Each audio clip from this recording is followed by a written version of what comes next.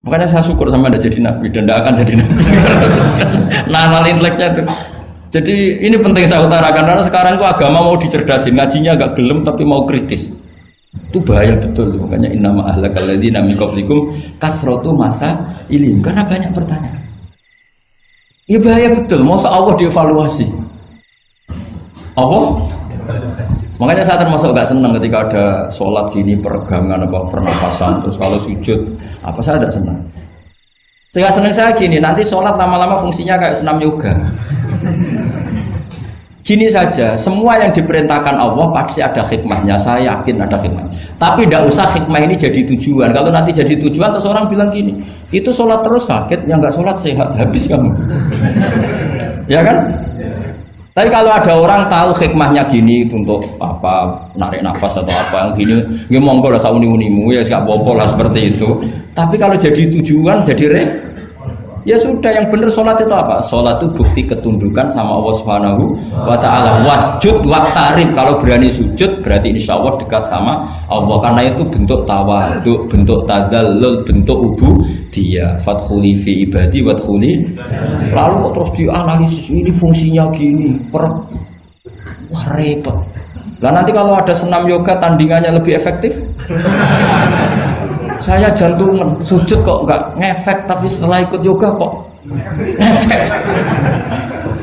Saya loh ya, orang boleh nggak berpendapat sependapat sama saya, tapi kalau nggak sependapat keterlaluan, yakin. Karena dari saya jelas yang namanya wasjud ya Pak. Udah ada di hadis di Quran, wasjud wa tashu, atau sujud dan kamu menjadi nggak ada yang ada ya wasjud. Saya kira demikian. Assalamualaikum warahmatullahi wabarakatuh. Apa langsung selesai aja? Ya. Masalah keimanan. Tanya apa ngeluh? Kalau tanya boleh ya gimana? Masalah keimanan tentang qada dan qadar. Oh iya. Kalau qada dan qadar itu kita sudah ditentukan oleh Allah, kenapa masih dimintai pertanggungjawaban nanti kan? Oh iya. Betul. Ya seperti mukadimah saya tadi ya. Jadi ngaji itu harus kafah. Kafah itu artinya komplit. Jadi Nabi dalam banyak hal yang momennya tepat ya menganalisis dengan qada qadar, tapi dalam banyak hal juga melarang orang membicarakan qada qadar. Jadi misalnya gini, kamu kadung ditakdir pernah punya dosa dan kamu ingin tobat, maka dosa yang masa lalu anggap saja qada qadar, terus keinginan tobat itu anggap aturan syariat. Jangan lalu setelah qada qadar kamu tidak berkeinginan tobat. Ini penting saya utarakan karena Nabi itu menghentikan pasti dua kali. Saya jamin di setiap konteks sosial Nabi pasti menghentikan dua kali. Dua kali itu dua solusi.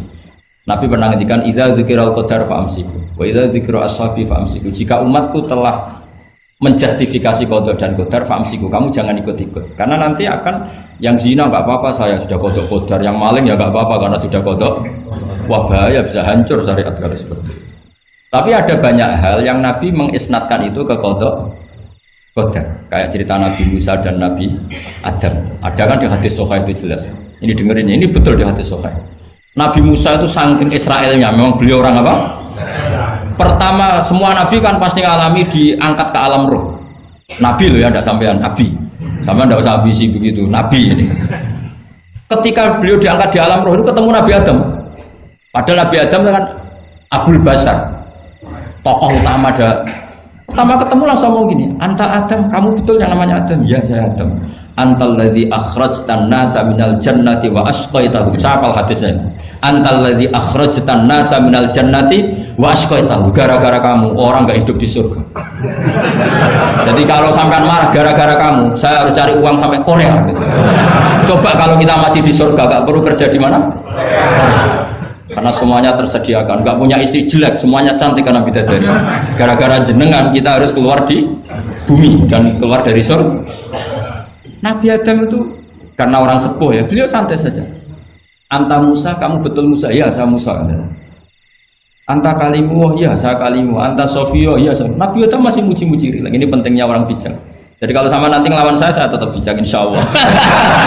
Tapi sampean bisa neraka, ngelawan kiai itu dosa. Dosa sekali, bukan dosa biasa, sangat dosa. Nabi Musa, Nabi Adam masih anta sofi wa anta kalimu. Bukankah kamu melihat di Taurat bahwa saya akan dosa dan akan dosa saya sudah ditulis 40 tahun sebelum saya dosa? Iya ya Musa. Iya ya Nabi Adam, ya betul gitu.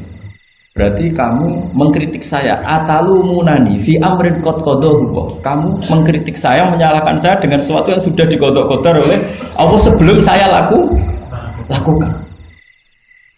Jadi sudah ditulis sama Allah 40 tahun sebelum saya salah sudah ditulis skenario-nya nanti Adam akan salah terus keluar dari surga. Memang dari awal Allah skenario-nya seperti itu. Itu ibarat istri kamu sudah tahu ini kalau miskin setia, kalau sudah kaya nanti pola, itu sudah tahu. Tapi anehnya istri kamu ketika nyata pola kok tidak siap. Padahal sebetulnya sudah tahu gitu ya kan. Makanya saya kalau ngaji di mana-mana bilang kelirunya orang Indonesia itu satu. Kalau ilmunya terbukti itu tersiksa, itu kelirunya orang ini. Semua cowok tahu nggak? Semua lelaki tahu nggak? Kalau nggak pernah nafakoi diomelin, tahu nggak? Tahu. Tapi ketika itu nyata nggak siap. Harusnya ketika nyata diomelin, alhamdulillah ilmu saya benar terus. Tapi istri kamu juga gitu. Biasanya wong lanang duwe akeh pola. Terus dengar sampean mulai cinta orang lain, harusnya kan alhamdulillah ilmu saya benar kan. Artinya gini, manusia saja bisa memprediksi. Kan nggak mungkin kita nyifati Allah nggak tahu Nabi Adam salah sebelum nyata-nyata salah. Tentu itu tidak mungkin. Nah, maknanya kodok kodar kira-kira gitu. Allah itu tahu apa yang akan terjadi. Tapi tetap saja ini nggak boleh dipakai justifikasi untuk maksiat. Makanya jelas aturan Quran, saya mohon kamu nggak boleh salah. Ini nanti saya baca, saya hafal tapi ini biar tamu ayatnya. Itu ayatnya kan ma asoba musibatin fil ardi wala fi anfusikum illa fi kitabim min qabli an nabraha inna dzalika 'ala Allahi yasir likai la ta'sau 'ala ma fatakum wala tafrahu bima. Jadi apa yang mengenai kamu di bumi maupun ada pada diri kamu, anggap saja itu, yakini saja sebagai kodok qadar, supaya kamu tidak putus asa apa yang sudah terlewatkan dan tidak bangga dengan apa yang kamu udah. Misalnya saya ini kan termasuk kiai keren misalnya itu saya tidak pernah bangga karena memang ditulis kalau suatu saat Gus Baik itu keren, jadi bangganya di mana kan sesuai skena. Jadi untuk menghilangkan ujub bangga itu dengan cara iman sama qadar. Terus likaila tak soal fatakum, kamu tidak perlu putus asa dengan apa yang sudah kelewat. Misalnya masa lalu kamu ya tadi diusir istri, suami, macam-macam lah, utangnya banyak, wes sudah bangkit saja, sudah takdir. Jadi mungkin ada yang mencarikan, coba ini carikan, mungkin di surat Hadid itu apa yang nanti dicari ayatnya. Pokoknya ayatnya tadi apa?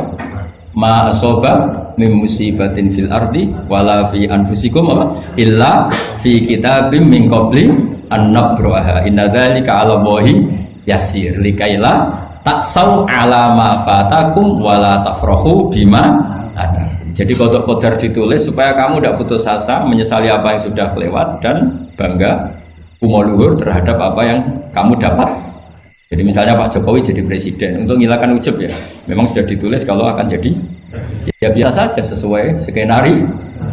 Nah, ya sama seperti sampean suatu saat tua, terus untukmu coplok, terus dredeg-dredeg, kepleset tiga, soalnya harus senang saja.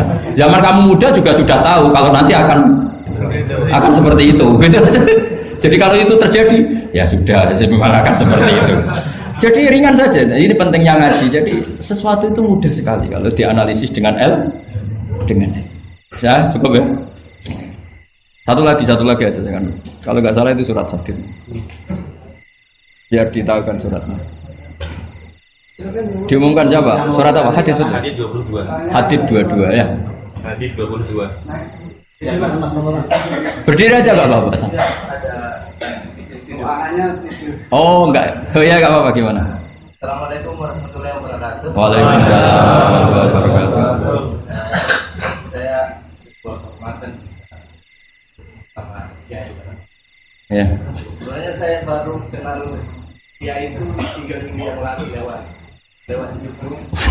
Ya. Ada yang kirim di FB saya, walaupun dengan komentar yang agak mirip lah. Iya. Kalau nggak salah waktu itu Pak Kiai membahas masalah perang Handar. Iya.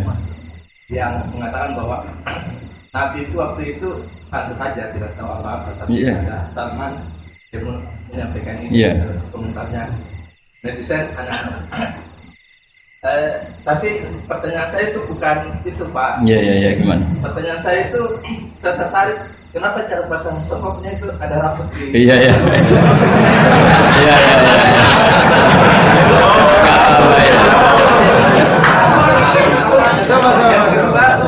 Yang kedua, sebenarnya hal umum. Saya bukan ahli Al-Quran, tapi ada ayat yang mengatakan bahwa sampaikanlah dari aku meskipun satu ayat itu walaupun enggak. Itu cuma satu ayat dari aku balihu anni walau ayat. Yang itu menurut saya menjadi dengan dunia medsos saat ini orang yang betul-betul mungkin bukan cuma sekedar satu ayat, cuma satu kata itu di broadcast yang mungkin memacu perdebatan. Makanya ini begini, namanya siapa? Sulaiman. Begini aja, ini saya jawab. Tapi ini ringan, sama relax saja santai. Jadi memang tradisi ulama sama masyarakat itu beda. Jadi kalau Nabi dikatakan tidak tahu dalam konteks tertentu itu malah madh. Madh itu memuji. Karena tadi syaratnya Nabi harus ummi. Ummi itu kan keibu-ibuan. Jadi kalau Nabi tahu itu nanti seakan-akan dia itu dikawal oleh ilmunya. Padahal Nabi itu dikawal oleh nubuah. Ini bedanya Nabi sama ndak. Jadi Nabi di Quran itu biasa ada kata makun tatadri mal kitabu walal iman. Terjemahnya kan kamu tidak tahu. Kanjeng Nabi biasa didhawuhi Allah makun tatadri mal kitabu walal iman. Kamu itu tidak tahu apa itu kitab. Tapi itu sifat madh. Sifat apa? Madh. Madh itu memuji. Kenapa itu jadi pujian? Karena Nabi kalau sudah tahu urusan sesuatu nanti jadi ilmu tandingan menandingi wahyu. Lah mungkin netizen nyuwun sewu bukannya ngeritik, bukannya apa, mungkin nggak paham tradisi ulama itu. Jadi kalau ulama bilang Nabi itu tidak tahu itu bukan sifat dzam tapi sifat madh, memuji. Di Quran banyak kalimat makun tatadri mal kitabu walal iman. Makanya Nabi ketika disuruh baca Iqra ya Muhammad, jawabnya gimana? Saya tidak bisa baca, tapi bukan sifat buruk, justru bagus. Kalau Nabi bisa baca, ilmunya nanti dikira beliau belajar dari buku-buku dan itu dia jadi Nabi. Wah itu memang bacanya banyak. Clear ya ini ya, supaya nggak salah paham. Jadi dikatakan tidak tahu kalau Nabi itu bagus, madh. Nggak bisa baca juga madh, sifat pujian. Kalau kamu udah bisa baca buruk sekali. Itu jelas. Ya kan, tahu semua kan ketika Nabi disuruh baca bilang apa? Saya tidak bisa baca, tapi itu bagus. Karena semuanya biar karena wah. Ya, soal gaya peci saya ini Islam khas ya, khas ini. Nah, yang ini yang penting, yang pertanyaan sampean terakhir bali wa ani walau aja. Memang ini semenjak dunia medsos memang dengan tanda kutip agak kecelakaan, mengutip kutipan tokoh atau apa hanya sepotong-potong itu bahaya. Bahayanya begini, itu bukan hanya karena yang ngendikan tokoh. Meskipun Quran kalau wakafnya salah itu ya bahaya. Coba misalnya begini, ada orang wakaf di depan orang yang paham bahasa Arab.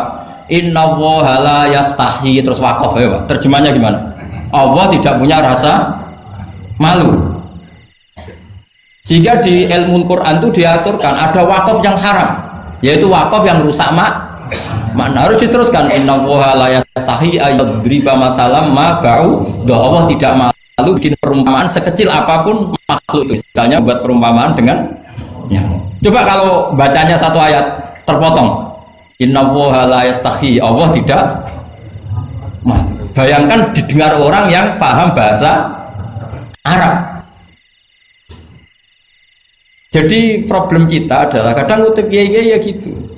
Jadi apa ya tadi belum mendengarin kompletnya ngaji. Jadi kalau ada ulama bilang Nabi tidak tahu itu sebenarnya madh itu ngelem karena memang begitu.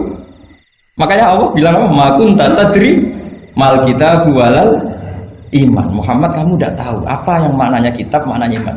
Tapi nggak tahu ini untuk Nabi kelebihan karena kalau Nabi tahu dulu berarti ilmunya sebagian diserap dari Taurat dan Injil, dari yang macam-macam. Makanya dulu orang kafir kalau ngeritik Nabi kan walaqad na'lamu annahum yaquluna innama yu'allimuhu basar. Muhammad pinter macam pernah belajar.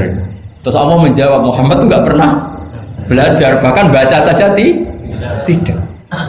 Jadi kalau Nabi dikatakan nggak bisa baca, nggak tahu itu madhab. Saya ulang lagi, untuk Nabi itu madhab. Sehingga semua yang dilakukan Nabi in huwa illa wahyun yuha, semua hanya berdasar wahyu.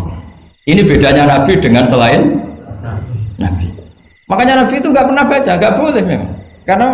Karena tadi pasti ini jadi ilmu tandingan. Itu bahaya kalau untuk Nabi, supaya semuanya orisinil dari Allah. Nabi itu sama Allah dikosongkan, semuanya kosong. Semuanya dari ilmu yang diwahyukan oleh Allah Subhanahu wa Ta'ala, jelasnya. Jadi balighani walau ayat itu saya mohon, maksudnya itu ayat itu bukan ayat satu Quran potongan, enggak. Ayat yang muhkamah, yang utuh. Tapi kalau satu potongan ya enggak boleh. Tadi misalnya dipotong apa, innallaha la yastahi, kan kayak. Makanya di bab ilmu tajwid kan diterangkan wa ba'da tajwidika lil hurufi la budda mim ma'rifatil wuqufi. Setelah kamu tahu tajwid, ikhfa, idhar, idgham, kamu harus mengenal ilmu waqaf. Karena sekali salah waqaf itu fa. Ya gitu Mas Leman ya. Assalamualaikum warahmatullahi wabarakatuh.